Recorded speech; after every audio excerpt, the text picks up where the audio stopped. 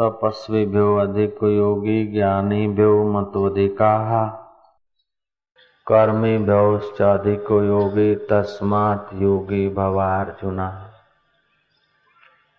योगिनाम् अपि सर्वेषां मद्गतेनन्तरात्मनः श्रद्धावान् भजते यो मां स मे युक्तः तमोमतः। तपस्वी से योगी श्रेष्ठ है। तपस्या का फल कालांतर में मिलता है। योग का फल योग करते समय, भक्ति योग करते समय उसका रस मिलता है। ध्यान योग करते समय ही उसका रस मिलता है। तपस्वी से योगी श्रेष्ठ है, भगवान कह रहे हैं। गीता के 6 अध्याय का श्लोक चल रहा है। तपस्वी भ्यो अधिक योगी ज्ञानी भ्यो मतोऽधिकाः। दुनिया भर का ज्ञान हो, लौकिक ज्ञान हो, चाहे शास्त्र का ज्ञान हो, विद्वता, फिर भी वो विद्वता जब तक परमात्मा में विश्रांति नहीं पाया तब तक विद्वता भी बोझा हो जाती।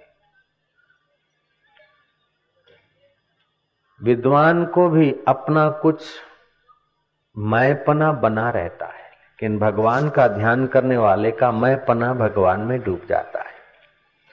रामकृष्ण बाहर की विद्या में समय नहीं दिए थे, लेकिन योग ध्यान में तल्लीन थे।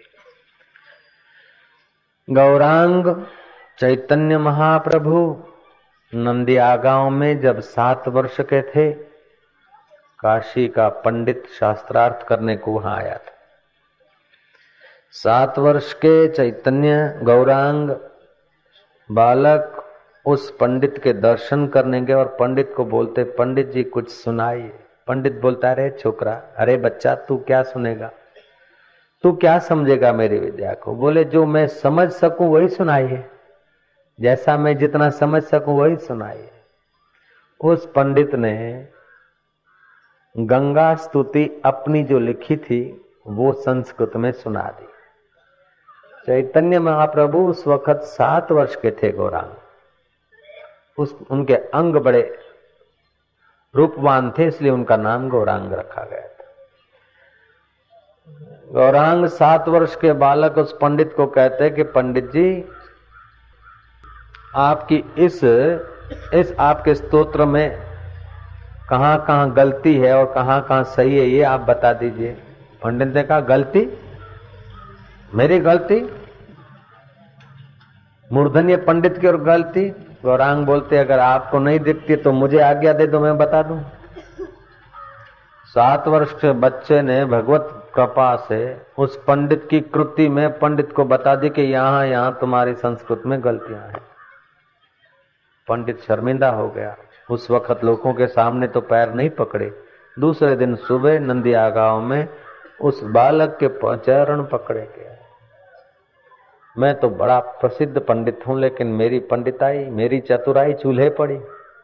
पूर्व पढ़ो आचार, तुलसी हरि के भजन बिन चारों वर्ण चमार। हरि में अगर प्रीति नहीं है तो मेरी विद्वता व्यर्थ सी लगती है, मुझे तो बोझा लगती है। आप बताइए मेरे जीवन का कल्याण का मार्ग है बालक।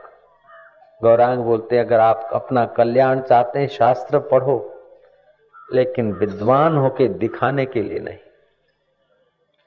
और दूसरी बात, शास्त्रार्थ पढ़ करके अथवा शास्त्र को शस्त्र बनाकर अपना अहम पोषने के लिए नहीं। शास्त्र जरूर पढ़ो, आदर से पढ़ो, लेकिन उससे मार्ग लेकर भगवान में गोता मारने की कला से। मूर्धन्य पंडित गौरांग के मन ही मन शिष्य बन गए। आपके मन में अद्भुत शक्ति है, चाहे आपका मन पठित है चाहे अनपठित है, लेकिन भगवान में प्रीति है, अनुपम सामर्थ्य ले आता है। कंवर राम ने मृतक बच्चे पर निगाह डाली और जीवित हो गया। लीलाराम बापू ने पेड़ को कहा कि चल ठीक जगह पे बैठ। पेड़ चलने लगा तो मुसलमानों ने पैर पकड़े कि आप केवल हिंदुओं के फकीर नहीं, हमारे भी गुरु हैं, मालिक हैं। आपका नाम आज के बाद लीलाराम नहीं लीला शाह पड़ेगा। वो लीला शाह महाराज मेरे गुरुदेव थे। भगवान की भक्ति में बड़ा सामर्थ्य है। मीराबाई की सासू जहर का प्याला देती और मीरा की निगाह पड़ते ही वो अमृत हो जाता है। सर्प हार बन जाता है। ये सब हम लोगों ने सुना है।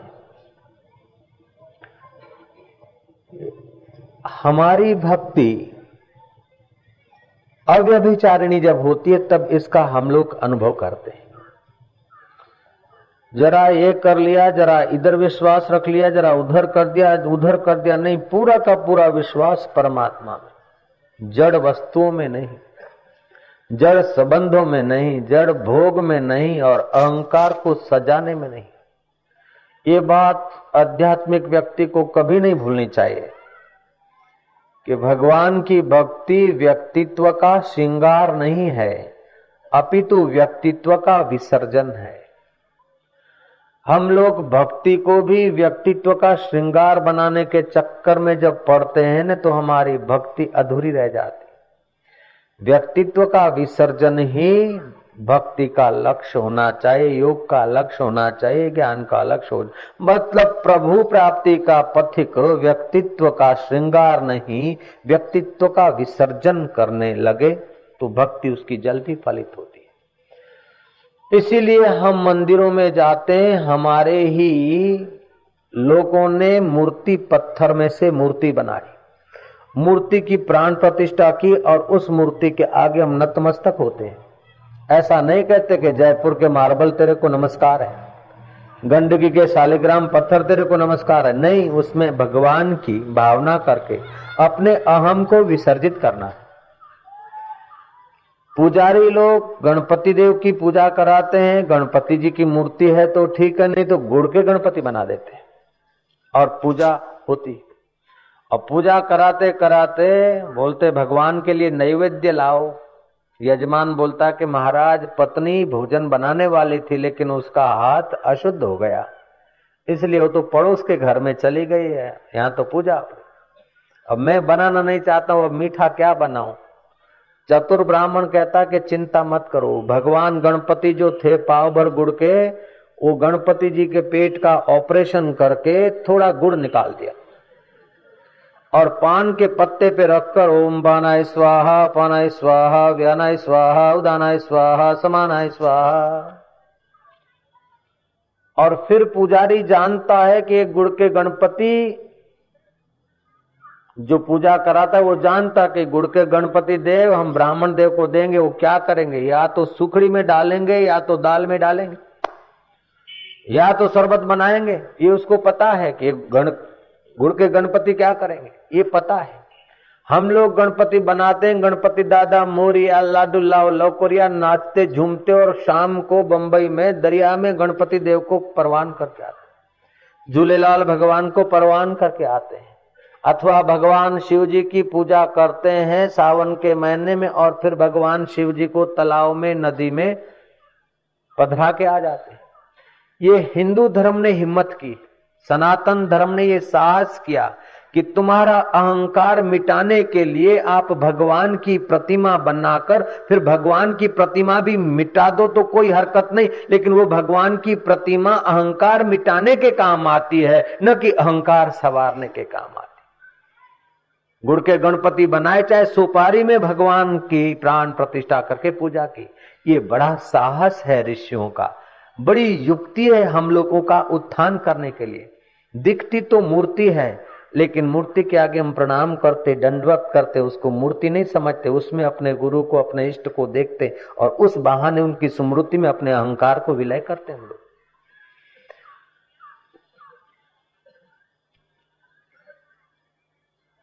अलवर के वजीर ने स्वामी विवेकानंद को इनवाइट किया, रामचंद्र उनका नाम था। वजीर ने स्वामी विवेकानंद पधारने वाले ये बात अपने राजा को अलवर नरेश को बताई और अलवर नरेश भी आया। और अलवर नरेश ने कहा कि स्वामी जी मेरी मूर्ति के प्रति कोई श्रद्धा नहीं है, अपने ही तो बनाते मूर्ति और आप ही रखते, फिर आप ही उसके आगे प्रणाम करना, दंडवत करना, आरती करना, पूजा करना, भोग लगाना, ये क्या, मूर्ति में हमारी कोई श्रद्धा नहीं। विवेकानंद ने कहा ठीक है, बहुत बढ़िया बात है, श्रद्धा नहीं तो कोई बात नहीं। अब वजीर के घर में तो राजा की मूर्ति टंगी थी, राजा की मूर्ति उतरवाकर वजीर को, रामचंद्र को और दूसरों को कहा कि इस मूर्ति पे थूको, आप लोग इस पर थूकने लग जाओ। नौकर कांपने लगे, वजीर का मुंह पीला हो गया, राजा देखता रह गया। अलवर नरेश को संबोधित करते विवेकानंद बोलते हैं, देखो है तो ये पुट्ठा और कलर है, और क्या है तो कागज और कलर। और फिर इनको बोलता हूं थूको, तो मैं साधु के नाते बोलता हूं, फिर भी मेरी आज्ञा नहीं मान रहे। देखो ये लोग क्यों नहीं मान रहे हैं कि आप तो मूर्ति को नहीं मानते, लेकिन इनको उस कागज और कलर में आप दिख रहे हैं। जयराम जी की। अब इस कागज और कलर में वो आपको देखते हैं, तो चित्रक को देखकर आपकी स्मृति होती है और आपके लिए आदर का भाव इनका बनता है। अब मैं कहता हूं और आप इनकार भी नहीं करते, तब भी ये थूकने की हिम्मत नहीं करते। क्यों नहीं करते? अगर कागज और कलर सेपरेट लाके रख देता तो 10 बार थूक लेते, लेकिन उस कागज और कलर को आपकी आकृति की आर्ट मिल गई के। जब राजा की आर्ट मिलती है तो वजीर और प्रजा थूकने का साहस नहीं करती है। तो विश्वेश्वर की आर्ट जिस मूर्ति को मिल गई, तो उसको देखकर भक्त में प्रेम आ जाए, श्रद्धा आ जाए, भक्ति आ जाए, तो क्या आश्चर्य। कई आर्य समाजी लोग समझते कि मूर्ति पूजा किस काम की। भाई ठीक है, मत मानो, लेकिन आप दयानंद की मूर्ति क्यों रखते हो? फिर जयराम जी की अग्नि भी तो मूर्त स्वरूप है। तो आपका शरीर है अमूर्त, वास्तविक में आप अमूर्त हैं, लेकिन उलझे हुए हैं शरीर की मूर्ति में, देह की मूर्ति में। अब देह की मूर्ति में उलझे हुए हैं, तो उलझन मिटाने के लिए दूसरी मूर्ति की जरूरत पड़ी। उलझन जो मिटी तो दूसरी मूर्ति की भी जरूरत नहीं है। जयराम जी की। एक कांटा घुसा है तो उस कांटे को निकालने के लिए दूसरे कांटे की जरूरत है। वो कांटा निकल गया तो फिर तो भाई दूसरा कांटा भी आप रख दो, कोई जरूरत नहीं है। ऐसे आप देह में होते हुए देहातीत हो गए, गुणों में रहते हुए गुणातीत हो गए, जगत में रहते हुए जगदीश्वर स्वरूप में हो गए, तो फिर कोई बात नहीं। नहीं तो माता की मूर्ति में, माता में भगवान को देखो, पिता में भगवान को देखो, गुरु में भगवान को देखो, अरे सुपारी में भगवान को देखो, क्या बात है। गुड़ के गणपति में भगवान को देखो। हमारा देश साक्षात्कार प्रधान देश है, भगवत प्राप्ति मुक्ति प्राप्ति प्रधान देश है। इस देश का उद्देश्य खाना पीना और पशुता की नाई जीवन बर्बाद करना ये नहीं रहा। इस देश में तो ज्ञान में रत रहकर मोक्ष पाकर सदा के लिए छूट जाए, अथवा भक्ति रस का पान करके विकारों के झंझटों से सदा के लिए छूट जाए, ऐसा हमारे देश का नागरिक का लक्ष्य था। भा माना ज्ञान, रत माना ज्ञान में जो रत रहे, जो आत्मज्ञान में परमात्मा रस में रत रहे, उनका नाम है भारत, भारतवासी। भगवान कहते हैं तपस्वी भी हो अधिक हो योगी। उसका मतलब ये भी नहीं कि सारा दिन मूर्ति छाती से लगाते हुए घूमे, नहीं। मूर्ति तो भले कभी हो, कभी मूर्ति न हो, लेकिन विश्वास पक्का हो। आपके मन की भावना आपके शरीर पर पड़ती है। आप जैसा सोचते हैं, मूर्ति को देखकर आपके अंदर पवित्र भाव पैदा होते, तो आपके शरीर की भी कुछ पवित्र धाराएं बनती है, आपके रक्त में भी सत्व आता है। कई मूर्ति रख दिया, पूजा कर रहे हैं, सुल्फा पी रहे हैं और बेसुरे ढंग से चिल्ला रहे हैं, ये बात नहीं। मूर्ति देखते जैसे रामकृष्ण काली का चित्र देखते ही शांत हो जाते, भाव विभोर हो जाते। ऐसा जब प्रेम छलकने लगता है तब पता चलता है कि जीवन कुछ जीने जैसा है। बंगाल के तरफ सखी संप्रदाय का प्रचार है। सखी संप्रदाय का मानना है कि हम सब स्त्रियां हैं, क्योंकि प्रकृति स्त्री, प्रकृति से बना हुआ शरीर चाहे आदमी का हो चाहे माई का हो, लेकिन है सब प्रकृति के देहधारी जो भी हैं वे सब स्त्रियां हैं। पुरुष तो एक परमात्मा है, ऐसा सखी संप्रदाय का मानना है। सखी संप्रदाय के एक साधु मेरे को मिले थे, 60 वर्ष के थे। 6 महीने तो वो सन्यासी रूप में रहते थे और 6 महीने वो सन्यासी गहने गांठे कपड़े पहन के और गोपी की नाई चलते थे और अपने को भगवान की सखी मानते थे, गोपी मानते। खैर, ऊपर की मान्यता और अभ्यास अलग बात है, लेकिन आप जो करते पूरे प्राणों से जब मानते हैं तो आपका मान्यता शरीर पर भी असर करती है। रामकृष्ण परमहंस ने सखी संप्रदाय की भी साधना की। सखी संप्रदाय का मानना है कि हर जीव, हर मनुष्य, स्त्री हो चाहे पुरुष हो, सब स्त्रियां हैं। ऐसा मानकर, भगवान को ही पुरुष मानकर, उनके चित्र को रात को अपने बिस्तर पर रखकर, वही पति है हमारे, चाहे आदमी है, दिन में भी उनके चित्र के तरफ देखे और मैं तुम्हारी दासी हूं, मैं तुम्हारी स्त्री हूं, मैं तुम्हारी चाकरी करने योग्य हूं और तुम मेरे स्वामी हो, मैं तुम्हारी दासी हूं। ये दास भाव नहीं, दासी भाव, सखी भाव। सखी भाव दृढ़ करने का उसमें होता है। रामकृष्ण ने जब सखी संप्रदाय के अनुसार साधना शुरू की तो कुछ ही दिनों में उनका कंठ महिला जैसा हो गया, मधुर कंठ हो गया, स्त्री जैसा आवाज हो गया। लेकिन इसमें कोई बड़ा आश्चर्य नहीं है। कई लड़के मोहम्मद रफी की भी आवाज निकालते और लता मंगेशकर की भी निकालते और दोनों एक साथ में निकालते हैं, रिकॉर्डिंग भरते हैं। बैंड वालों के पास ऐसे नौकर होते हैं कई, और मैंने भी देखे। इतना सुंदर गाने वाली ये लड़की कौन सी है, देखा तो सब आदमियों के बीच कोई लड़की तो है नहीं। फिर देखा कि वही छोरा, आवारा छोरा, लड़की का ऐसा आवाज निकालता कि लता मंगेशकर को भी भूल जाओ। ये कोई बड़ा आश्चर्य नहीं है। रामकृष्ण सखी संप्रदाय की साधना करते करते महिलाओं जैसा उनका कंठ हो गया। कुछ ही दिनों में उनका वक्षस्थल, छाती भी माताओं जैसी हो गई। लेकिन कई पहलवानों की छाती माताओं जैसी हो जाती है, कोई बड़ी बात नहीं। आपको सुनकर हैरानी होगी कि रामकृष्ण परमहंस को मासिक धर्म हो गया। मैं स्त्री हूं ऐसा चिंतन करने से रामकृष्ण देव को सखी संप्रदाय के साधना के समय मासिक धर्म आने लगा। इससे ये बात सिद्ध होती है कि आपका मन जैसा दृढ़ चिंतन करता है, तन पर ऐसा प्रभाव जरूर पड़ता है। तो आप दृढ़ चिंतन करते मैं भगवान का हूं, भगवान मेरे हैं, तो आपका मन निश्चिंतता की श्वासें लेने लगता है और निश्चिंतता से प्राप्त सामर्थ्य का सदुपयोग होता है और निश्चिंतता से नया सामर्थ्य पैदा होता है। भय से प्राप्त सामर्थ्य कुंठित हो जाता है और नया सामर्थ्य जगता नहीं। बताओ अब निश्चिंतता के लिए और क्या किया जाए? भगवान तो सर्वसमर्थ है। कोई भी दुर्बल आदमी किसी बलि की शरण चाहता है और सबसे बलि तो भगवान है। जो भगवान की शरण ले लेता है उसको दुर्बलता इतना नहीं पीड़ती, इतना नहीं सताती जितना उछलंक आदमी को सताती। औरंगजेब बड़ा अहंकारी हठीला राजा था। उसके पास काम करते थे बलिराम वजीर, और औरंगजेब का यह स्वभाव था कि सामने कोई आए अभिवादन करे और औरंगजेब जब तक उसको संकेत नहीं करते बैठने का तब तक वो बैठ नहीं सकता। बड़ा गर्वीला था। वजीर बलिराम आए और उन्होंने अभिवादन किया और औरंगजेब का ध्यान कहीं और जगह था।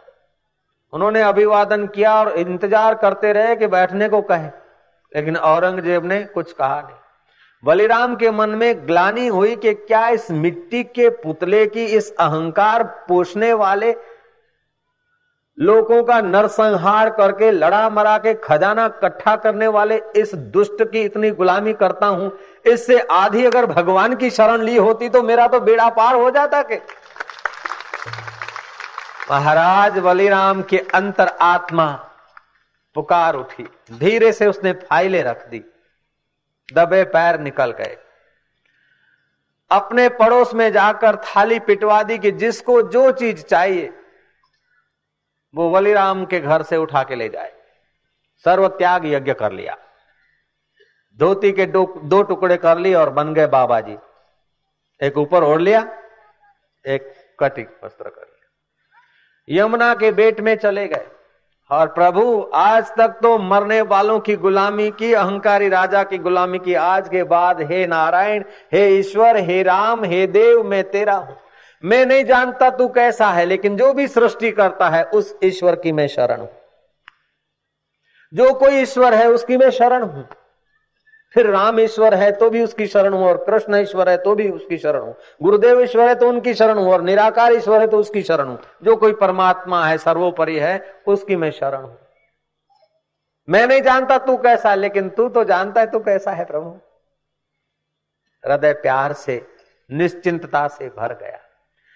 अब वो औरंगजेब निहारता है कि वजीर बलिराम नहीं आया अभी तक। लोगों ने कहा हजूर वो आया, अभिवादन किया 1-2 बार, आपके तरफ नतमस्तक रहा, सिर उसका थक गया, लेकिन आपने उसको अभी बैठने को संकेत नहीं कहा।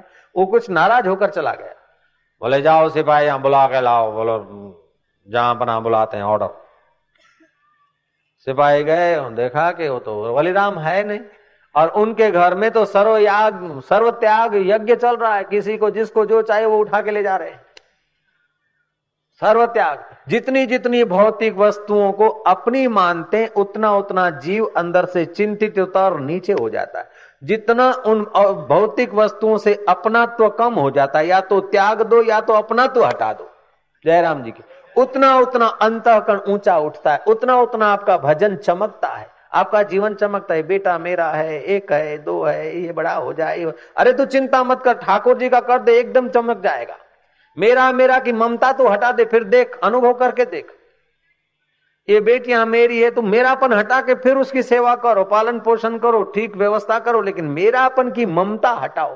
वास्तव में तुम्हारे बेटे नहीं हैं, तुम्हारी बेटियां नहीं है, बेटियां तो जमाइयों की धरोहर है, और बेटे बहुओं की धरोहर है, और तुम्हारा शरीर शमशान की धरोहर है। तुम्हारा तो वास्तविक में परमात्मा है, और तुम परमात्मा के हो। धी ले जाएंगे जमाई, और बेटे ले जाएंगी बहू, और देह ले जाएगी मौत। तेरा तो आत्मा परमात्मा का है। ये बात है इंसान, तू समझ ले तो अभी से तू निश्चिंत। अभी से तू जो कुछ करेगा तेरी बंदगी हो जाएगी। तेरा भोजन बनाना भी भक्ति हो सकता है, तेरा भोजन खाना भी भक्ति हो सकता है। अरे तेरी लड़ाई भी भक्ति हो सकती है। हनुमान जी ने लड़ाई नहीं की क्या? लंका जला दिया। आप तो एक चिड़िया जला दो तो पाप लगे, और हनुमान जी ने तो पूरा लंका को दे धमाधम कर दिया, कोई पाप नहीं। राम लक्ष्मण जानकी जय बोलो हनुमान की, क्योंकि राम काज कर रहे हैं, अपना तो स्वतंत्र कोई स्वार्थ नहीं है के राम जी के हो रहे हैं, राम जी के दास बन के कर रहे हैं के। आप तो एक आदमी को अगर स्वर्ग पहुंचा देते तो अंदर आत्मा डंकता कि ये पाप किया है। भले सरकार में से, कोर्ट कचहरी में से छूट गया, लेकिन अंदर डंकता कि अपने पाप के, अपने पाप के, अपने पाप के। हनुमान जी ने कितना सफाया किया, कृष्ण ने कितना सफाया किया, राम जी ने कितना सफाया कर दिया, कुछ नहीं। जो ममता हटाता है वो समर्थ हो जाता है। समर्थ को नहीं दोष गोसाई। जय राम जी।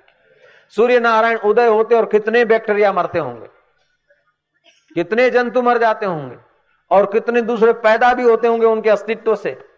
पैदा होने का पुण्य का कर्तृत्व नहीं, और नाश का पाप का कर्तृत्व नहीं। नित्य जीवन मुक्त अपने स्वरूप में है। हम लोग ममता की जाल बना के, बुन के, और आप ही फंस मरते हैं। Tension, burden. महाराज बलिराम तो है नहीं राजाधिराज अंदाता, वो तो सर्व त्याग यज्ञ करके चले गए।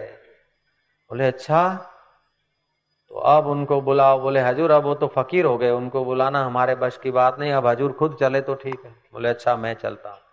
जो सिर उठा के देखता नहीं था वो तख्त छोड़कर बलिराम को यमुना के रेत में, यमुना के बालू में मिलने गया है। और उस समय बलिराम क्या कर रहे हैं? पैर पसार के खुले आकाश के तरफ देख भगवान की महिमा को, भगवान की लीला को। औरंगजेब आकर खड़ा हुआ है।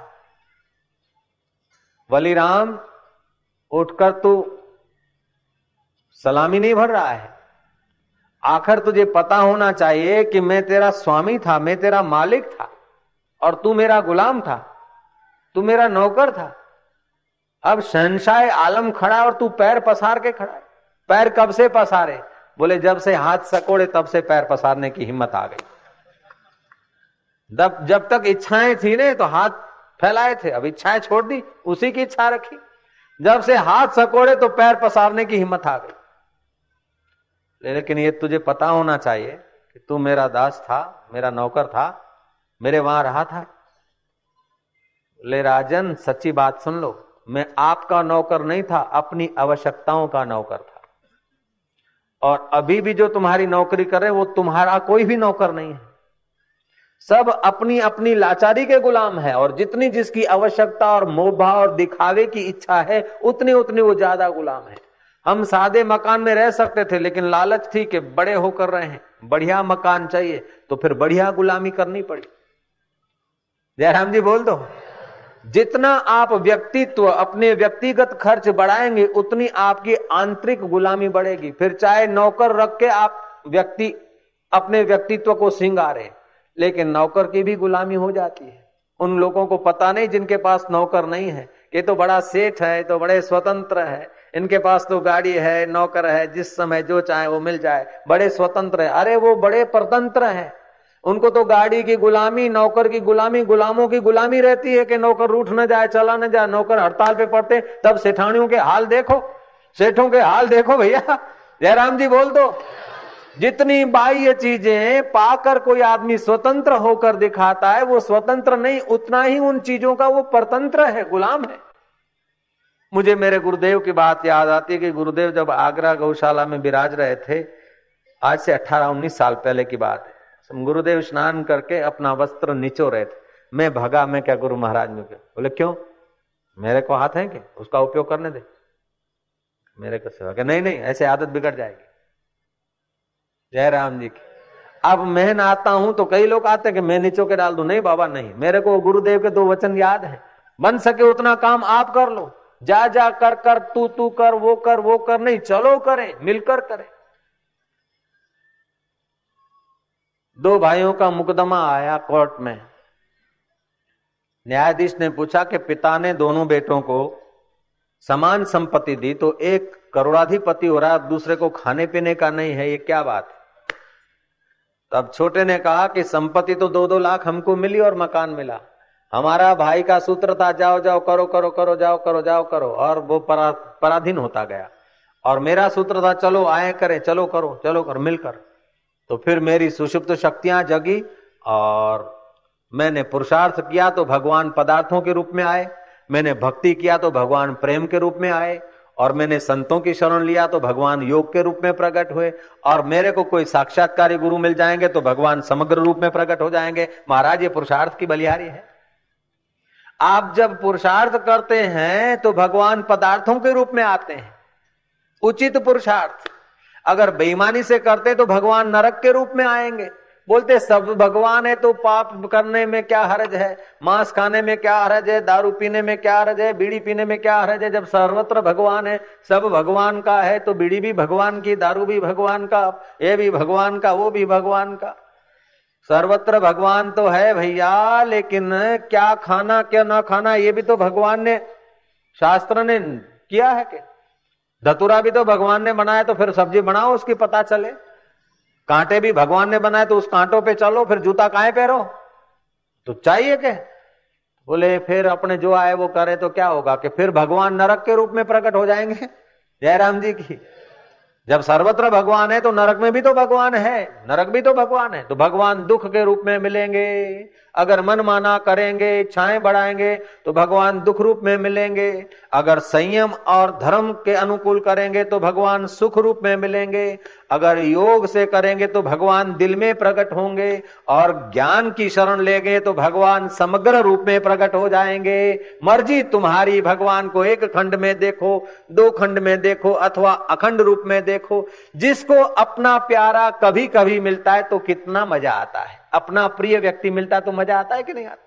प्रिय पुत्र, प्रिय पति, प्रिय व्यक्ति मिलता है तो मजा आता है। जिसको कभी कभी अपना प्रिय मिलता है तो उसका हृदय आनंदित रहता है। जिसको भगवान सर्वत्र दिखने लगे, जिसको अपना सर्वत्र प्यारा दिखने लग जाए, उसका हृदय तो कितना पवित्र हो जाता होगा, उसका हृदय कितना पावन हो जाता होगा। इसलिए सुबह देखे तो ठाकुर जी को, दोपहर को भोग लगाए तो ठाकुर जी को, कोई काम करते तो ठाकुर जी के निमित्त, खिलाते तो ठाकुर जी के निमित्त, और लड़ाई भी करते तो ठाकुर जी का माल संभालने के निमित्त।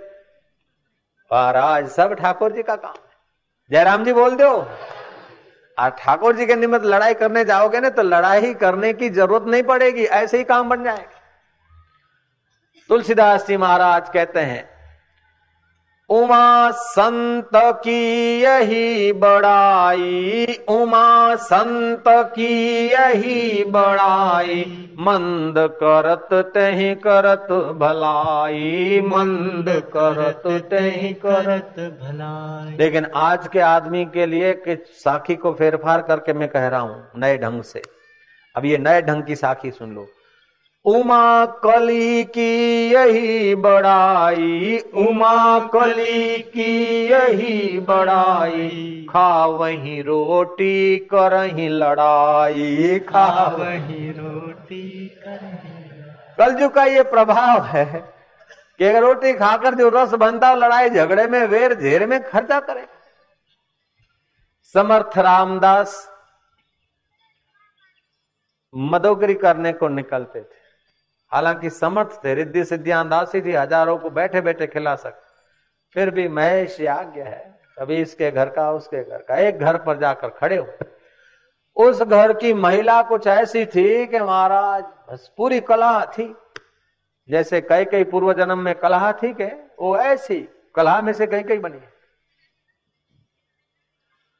महाराज ऐसे उस कलहा ने पत्नी को कुछ डांटा फटकारा, बड़बड़ा रही थी और घर में लिपण कर रही थी।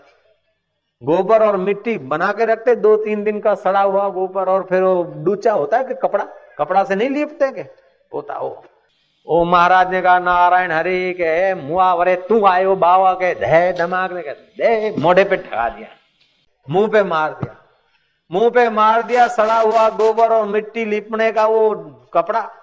समर्थ रामदास के हृदय में तो सर्वत्र भगवान है, अपमान भी भगवान है, मान भी भगवान है, लगाने वाला भी भगवान है, लगने वाला भी भगवान है, वो ज्ञान पक्का था।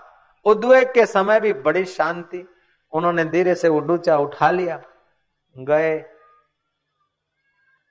सरिता पर, वो धो लिया, हाथ पैर धो लिए, शुद्ध हो गए, फिर दूसरी जगह से भिक्षा मांग ली, वो कपड़ा मिल गया उनको। तो अब शाम को ध्यान करने बैठते तो उस कपड़े में से दिवेट बनाते, चलो रुई खर्च नहीं होगी और ये दिवेट में काम आ जाएगा, कम से कम उस झगड़ाखोर माई का इतना तो लग जाएगा भगवान की बंदगी में। गए संत ध्यान कर रहे हैं और ध्यान के समय उसका दिया दिवेट होकर उसका कपड़ा काम आया।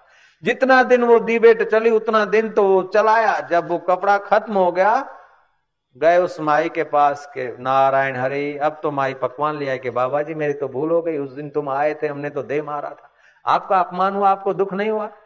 बोले अपमान हुआ लेकिन दुख का प्रसंग आया, दुखी होना ना होना हमारे हाथ की बात है बेटा। बोले महाराज मैं तो घनी पापणी हूं, अपने पति को भी डांटती हूँ और ये करती हूँ, मैं बड़ी गुस्से में थी और आप साधु संत को तो मैं नहीं जानती, मैं तो लगा दिया बाप जी। बाद में रोज रोज धीरे धीरे मेरा मन बदल गया, अब तो पति को भी नहीं डांटती हूँ, बच्चों को भी नहीं मारती हूँ। समर्थ समझते मन बदला है तो हरि का ध्यान हम कर रहे थे और तेरा वो जो डूचा था के कपड़े का टुकड़ा था कि वो जलता गया और इधर तेरे पाप जलते गए भाई।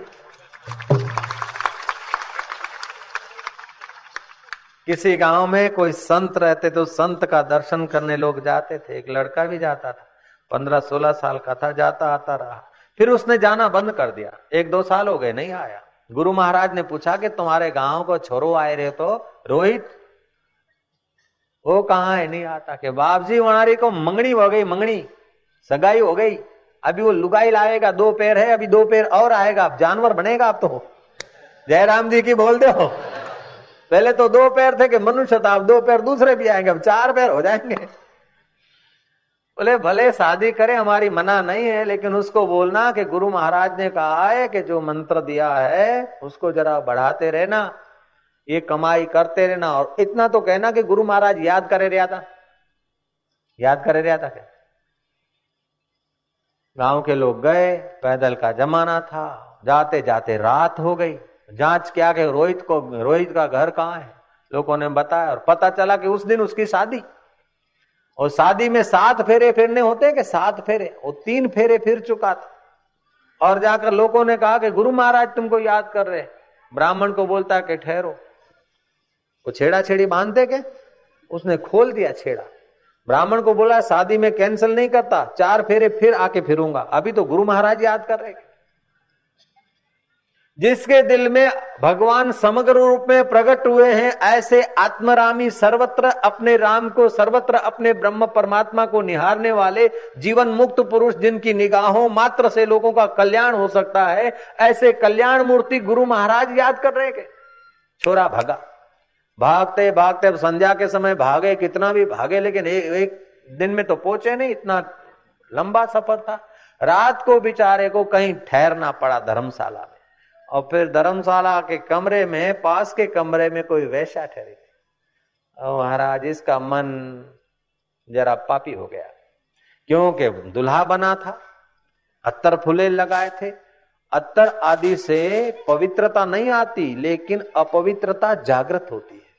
इसलिए श्री कृष्ण ने कहा पुण्यो गंधम पृथ्व्याम च, पृथ्वी में जो पुण्यशाली गंध है, पुण्यशाली वह गंध है जैसे चंदन की गंध है, गुलाब की गंध है, ये पुण्यशाली गंध है। ऐसा नहीं कहा सुगंध नहीं, जिस गंध से भगवान के तरफ मन अभिरुचि पैदा करे वो पुण्यशाली गंध है। पुण्यो गंधम पृथ्व्याम च।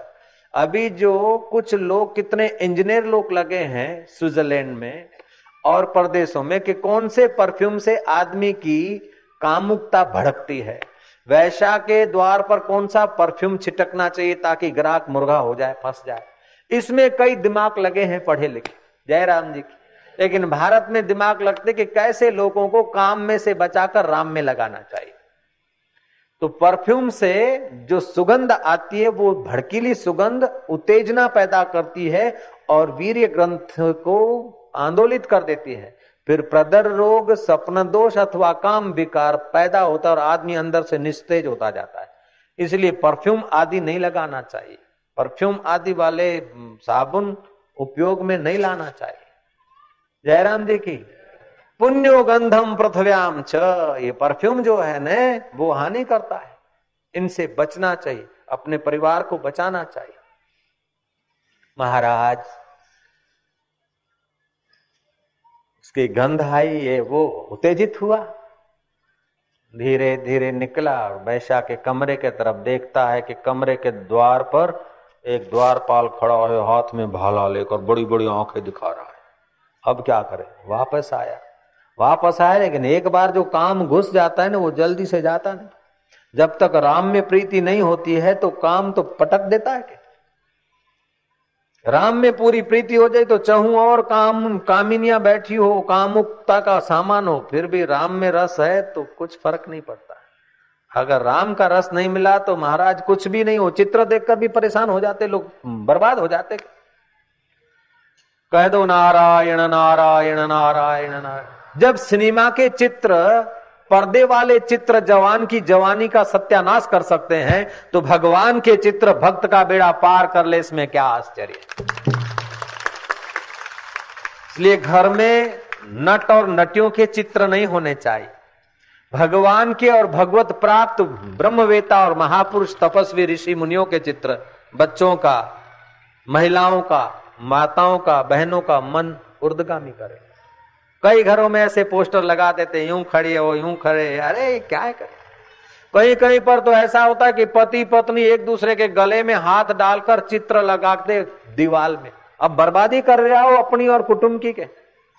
हरिद्वार में लोग आते, लक्ष्मण झूला पे आते तीर्थ करने के लिए, और झूले पर पोज निकालना है तो पत्नी और पति और आगे छोरा और पति पत्नी आपस में गले में हाथ डाल के प्रेम का प्रदर्शन करके फोटो निकालते, और तीर्थ स्थान पर भी आके ऐसा करते, और उसमें 140 फोटोग्राफर लगे हुए हैं।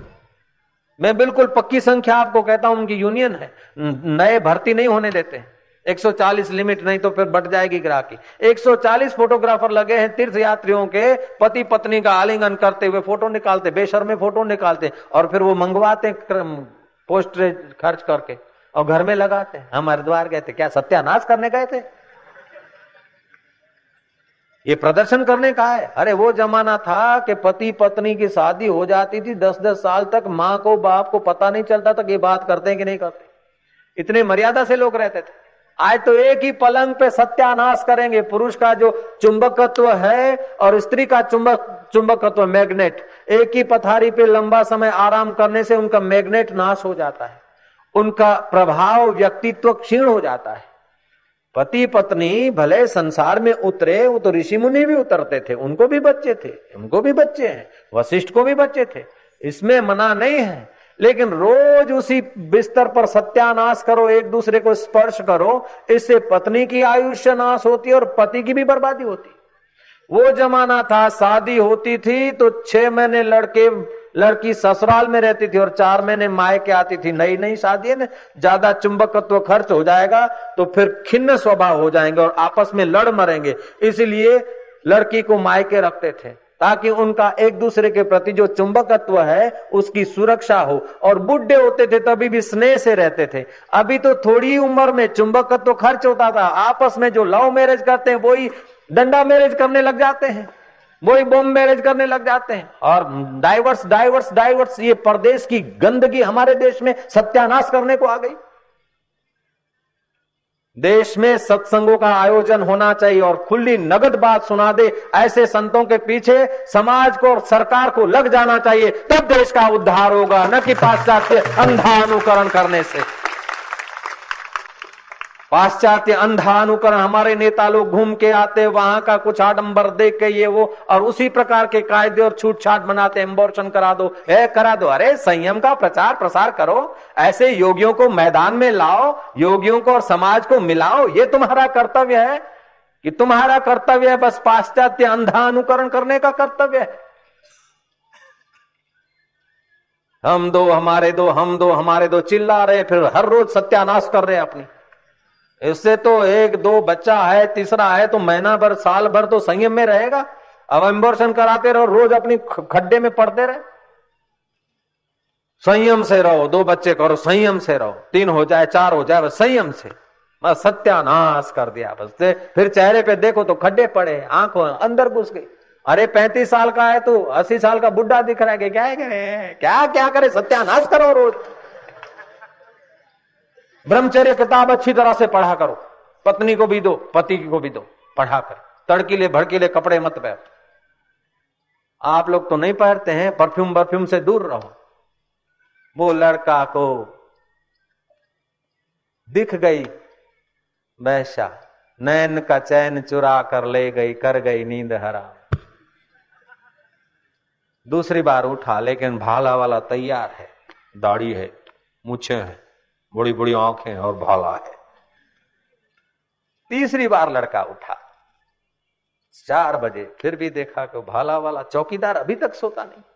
जैसे भगवान राम और लखन तुलसीदास के द्वार पर तीर कमान लिए खड़े रहे और चोरों का दिल बदल गया, बार बार आए और चोरों का दिल बदल गया, ऐसे ही महाराज तीसरी बार आया फिर भी भाला तैयार है, चौथी बार आया तो भी चौकीदार बड़ी आंखें दिखा रहा है। इतने में तो प्रभात हुआ, सूर्योदय हुआ, बुद्धि का विकास हुआ, आदमी सावधान हुआ।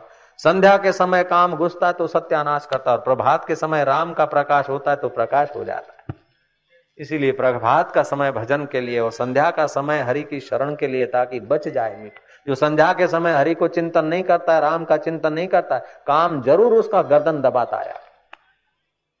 आप आजमा के देखो हजूर, ऐसा नहीं मैंने कहा आप मान लो, नहीं नहीं, हमारा तो नगद माल है बिल्कुल। अभी रोकड़ियों पाक है क्या, उधारा बात नहीं है। तो पुराण में लिखा है, वो शास्त्र में लिखा है, नहीं नहीं, आपके जीवन के साथ भी लिखा है ये बात। शाम के समय 1000 काम छोड़कर हाथ पैर धो लो, संध्या वंदन करो। विधिवत नहीं करते तो जहां हो, जैसी भी हो सके, नहीं से तो वो भी अच्छा है क्या। हाथ पैर धो के 2-5 प्राण लंबे श्वास लिया, पानी का आचमन कर लिया। भगवान आज की संधि है प्रभु, आज की रात हमारी तेरे भजन ध्यान में जाए, पवित्रता से एक दूसरे के है तो पति पत्नी, शादी माना खुशी, जीवन पवित्र परमात्मा को पाने के लिए शादी होती, और एक दूसरे की कमर तोड़ दे, एक दूसरे को बुढ़ा बना दे, सत्यानाश कर दे, हो तो पत्नी पति की दुश्मन है, पति पत्नी का दुश्मन है। बाहर से तो प्रेमी दिखते, अंदर से तो एक दूसरे के कुहाड़े मार रहे हैं और क्या कर रहे हैं। महाराज सुबह हुआ और वो लड़का चलने लगा, चलता चलता चलता दोपहर के बाद गुरु के द्वार पहुंचा और गुरु के चरणों में दंडवत दे वाला। गुरु महाराज कल संध्या के समय आपके तरफ से संदेश आया, गुरु महाराज मेरी शादी हो रही थी। गुरु महाराज 7 फेरे फिरने थे। गुरुदेव मैं सच बोलता हूं बाप जी, मैं झूठ नहीं बोलूं अंदाता। वो हाथ फेरे फिरने के थे, 3 फेरे फिरे और फिर आपने बुलाया। ऐसी बात मेरे कान पड़ी। मेरे को हुआ कि गुरु महाराज जिसके दिल में भगवान छलकता है वो गुरु महाराज मेरे को याद करे कि बाप जी मैं तो वो छेड़ा छेड़ी गांठे खोले अने भाग्यो। 4 फेरे फिर फिरूंगा। मैं तो 3 फेरे फिरा, 4 फेरे पोस्टपोन करके आया, बाकी रख के आया और भागता भागता आपके पास पहुंचा। गुरु बोलता है तू मेरी बात मानकर आया, भागते हुए 4 फेरा फिरना छोड़कर आया, तो बेटा रात्रि को 4 बखत में समाधि छोड़कर वैशा के द्वार पर भाला लेकर तेरे को बचाने भी तो आया था रे यार। गुरुदीवो गुरुदेवता, गुरु बिन घोर अंधार, जे गुरुवाणी वेगड़ा रड़बड़िया संसार। श्रीमद राजचंद्र कहते परम पुरुष प्रभु सदगुरु, परम ज्ञान सुख धाम, जेणे आप्यु भान निज तेने सदा प्रणाम। जिसने अपनी आत्मा का ज्ञान दिया, अमरता का बोध दिया, ऐसे ज्ञानवान गुरुओं को सदा सदा के लिए नमस्कार। गुरु दीवो गुरु देवता, गुरु बिना घोर अंधार, जे गुरु वाणी वेगड़ा रड़वड़िया संसार। गुरुओं की वाणी से जो लोग दूर हैं, चाहे दुनिया में बड़े प्रसिद्ध हों, सारी दुनिया के मालिक हों, बड़े साहित्यकार हों, बड़े प्रवचन करने वाला हो, बड़े दानी हो, बड़ा शूरवीर हो, लेकिन गुरु का ज्ञान नहीं है तो महाराज उसका कर्तृत्व भाव मौजूद रहेगा। और करता है तो भोगता है, भोगता है तो जन्मता और मरता, माता के गर्भ में लटकने का सामान उसके पीछे लटका है। लेकिन गुरु भी कैसे होने चाहिए? गुरु होने चाहिए भगवान तत्व को पाए हुए, भगवान के अमृत में सराबोर हुए, ऐसे गुरु। ऐसा नहीं कि लालबू झपकर जैसे गुरु। कोई देहात में किसान रहते थे, एकदम इंटीरियल एरिया था, कोई गुरु गुरु जाता नहीं था, वही देहातियों का एक गुरु बना, उसका नाम था लालबू झपकर। बरसात के दिन में कहीं वो जंगल था पास में, तो कहीं रात को वहां से हाथी पसार हुआ। वो देहाती लोगों ने हाथी कभी देखा नहीं और हाथी भूल गया था, कोई पागल हाथी पसार हुआ होना।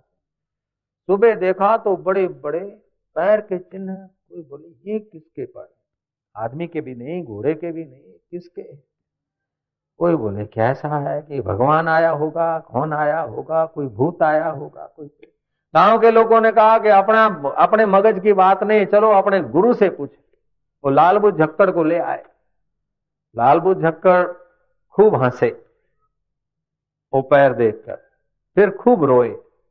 लोगों ने पूछा गुरु महाराज खूब हंसे रहा हो, फिर खूब रोए रहा हो? कि हंस उसलिए रहा हूं कि छोटी सी बात तुमको खबर नहीं पड़ती, इसलिए मुझे हंसी आती, और रो रहा हूं कि तुम मेरे चेले होकर भी इतने अज्ञानी रह गए, इसलिए रो रहा हूं। मेरे चेले होके इतने अज्ञानी, इसलिए रोना आता है। हंसी इसलिए आती कि छोटी सी बात के लिए मेरे को तकलीफ दिया। अच्छा गुरु महाराज बताओ ये पगला कणारा है? गुरु महाराज बोला जो बूझे लालबू झक्कड़, जो लालबू झक्कड़ जानता है वो और कोई नहीं जानता। जो बूझे लालबू झक्कड़ और न बूझे कोई, पग में चक्की बांध के हिरणा कूदा होई। मेरे को जो ज्ञान है ऐसा किसी को भी नहीं है। पैर में चक्की बांध के कोई हिरणा कूदा होगा रात को? कोई शास्त्र नहीं, कोई है नहीं, दया धमाम धम करे, निगुरा आदमी गुरु बन जावे यार। बोलना आ जाए गुरु बन जावे, नहीं। आपका गुरु वैदिक ज्ञान से, वैदिक अनुभवों से संपन्न गुरु का शिष्य है कि निगुरा हो गुरु होके बैठा है? भले आप अनपढ़ हैं, लेकिन अनुभव संपन्न महापुरुष की शरण में जाकर कुछ अनुभव करके गुरु बने हैं कि ऐसे ही अखबारें पढ़ के और नेता जैसे भाषण करने वाले हो जाते, ऐसे ही गुरु बन गए? के कह दो नारायण नारायण नारायण। तो भगवान गीता में कहते हैं तपस्वी भो अधिक योगी, ज्ञानीभ्यो मतो अधिकाः कर्मीभ्योश्च अधिको योगी तस्मात् योगी भव अर्जुना योगी नामपि सर्वेषां मद्गतेन अंतरात्मना श्रद्धावान भजते यो माम समय युक्ता तम। सब योगियों में भी वो योगी श्रेष्ठ है जो श्रद्धा से मुझे अंतर आत्म भाव से भजता है।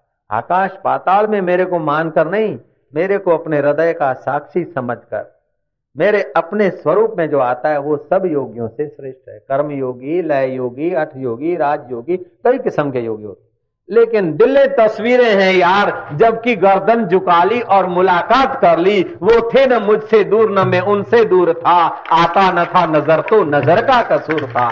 ऐसा जो योगी है वो मुझे सर्वमान्य है, सर्वश्रेष्ठ है। ऐसे योगी थे भगवान वेद व्यास महाराज। उनकी निगाहों में भी बड़ी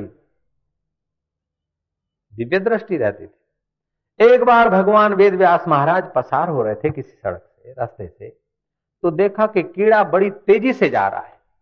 भगवान वेद व्यास ने अपना योग कृपा कटाक्ष करके कीड़े से पूछा कि अरे कीड़ा, पनाली का कीड़ा, नाली का, तू तेजी से जा रहा है, क्या तेरे को दुकान खोलनी है कि कथा में जाना है रे? तू कटे जा रहे हो है, जल्दी जल्दी जा रहे हो, कटे जा रहे हो है।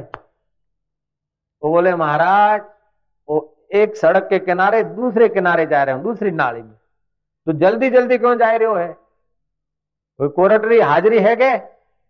ये हाजरी बाजरी नहीं है बाप जी, वो गाडू आ रही है, वो घिंगरू बाज रहा आवाज पड़े और गाड़ा आवाज आ रही है, तो मुंह रास्ता में होऊंगा तो चगदाए जाऊंगा, मर जाऊंगा। बोले कीड़ा तू मर जाएगा तो कहीं घाटो पड़ेगो? घाटो तो नहीं पड़ेगो, तो कि नाली में जी रहा है गंदा, मर जाएगा तो फिर और कोई गति होगी। बोले महाराज जिस शरीर में जीव आता है उसको उस शरीर में ही अच्छा लगता है, इसलिए कीड़ा भी मरना नहीं चाहता, हालांकि मरे तो उसको और अच्छी गति मिलेगी। लेकिन बाप जी मेरे को तो यहीं नाली में ही मजा आवेगा। बाप जी का अच्छा तू देख, संत का वचन मान ले, तेरा बेड़ा पार हो जाएगा। अभी भले गाड़ा चढ़ जाए तेरे ऊपर, बैल का पैर लग जाए, मर जाएगा, मैं तेरे को अच्छी गति में पहुंचाऊंगा और मैं तेरे को बड़ा जोगी बना दूंगा। बाप जी जो तुम्हारी मर्जी। एक कीड़ा संत का वचन मानता, अब देखो वो कीड़ा क्या बनता है, देखना, बिल्कुल शास्त्रीय बात है। बैलगाड़ी आ गई और कीड़े ने प्राण दे दिया। कीड़ा में से पोपट बना। पोपट समझोगे? तोता। वेद व्यास की कृपा हुई, तोते ने भी कुछ दिन जिया, गया, बछड़ा बना, बछड़ा भी गया। फिर शूद्र के घर जन्म लिया। जैसे बाल मंदिर वाला हाई स्कूल में जाता, कॉलेज में जाता, फिर आईएएस होता है क्या? डायरेक्ट तो कलेक्टर नहीं बनेगा। कोई भेड़िया चराने वाले को कलेक्टर की पोस्ट डायरेक्ट तो नहीं मिलेगी, पसार होना पड़ेगा। महाराज शूद्र के घर जन्म लिया और गुरु महाराज ने दर्शन दिया, थोड़ा मंत्र वंत्र दिया, उसका कल्याण। फिर कुशारु ऋषि के घर मित्रा माता के गर्भ से उसने जन्म लिया। किसने? जो भूतपूर्व कीड़ा था। कुशारु ऋषि और मित्रा माता, उसके कुख से जब जन्म लिया तब उस बच्चे का नाम पड़ा मैत्रेय। और वो मैत्रेय महाराज होड़ा शास्त्र, ज्योतिष शास्त्र और आध्यात्मिक विष्णु पुराण और उपनिषदों का ज्ञान पाकर ऋषि मुनियों को ज्ञान का उपदेश करने लगा। मैत्रेय ऋषि बन गया। एक भारत के संत की बात कीड़ा मानता है तो उसका प्रमोशन होते होते जीवन मुक्त मैत्रेय ऋषि बन सकता है। तो लदुना के लोग अगर भारत के ऋषियों के प्रसाद को पचा लें तो बेड़ा पार हो जाए, इसमें क्या बड़ी बात है, क्या आश्चर्य है।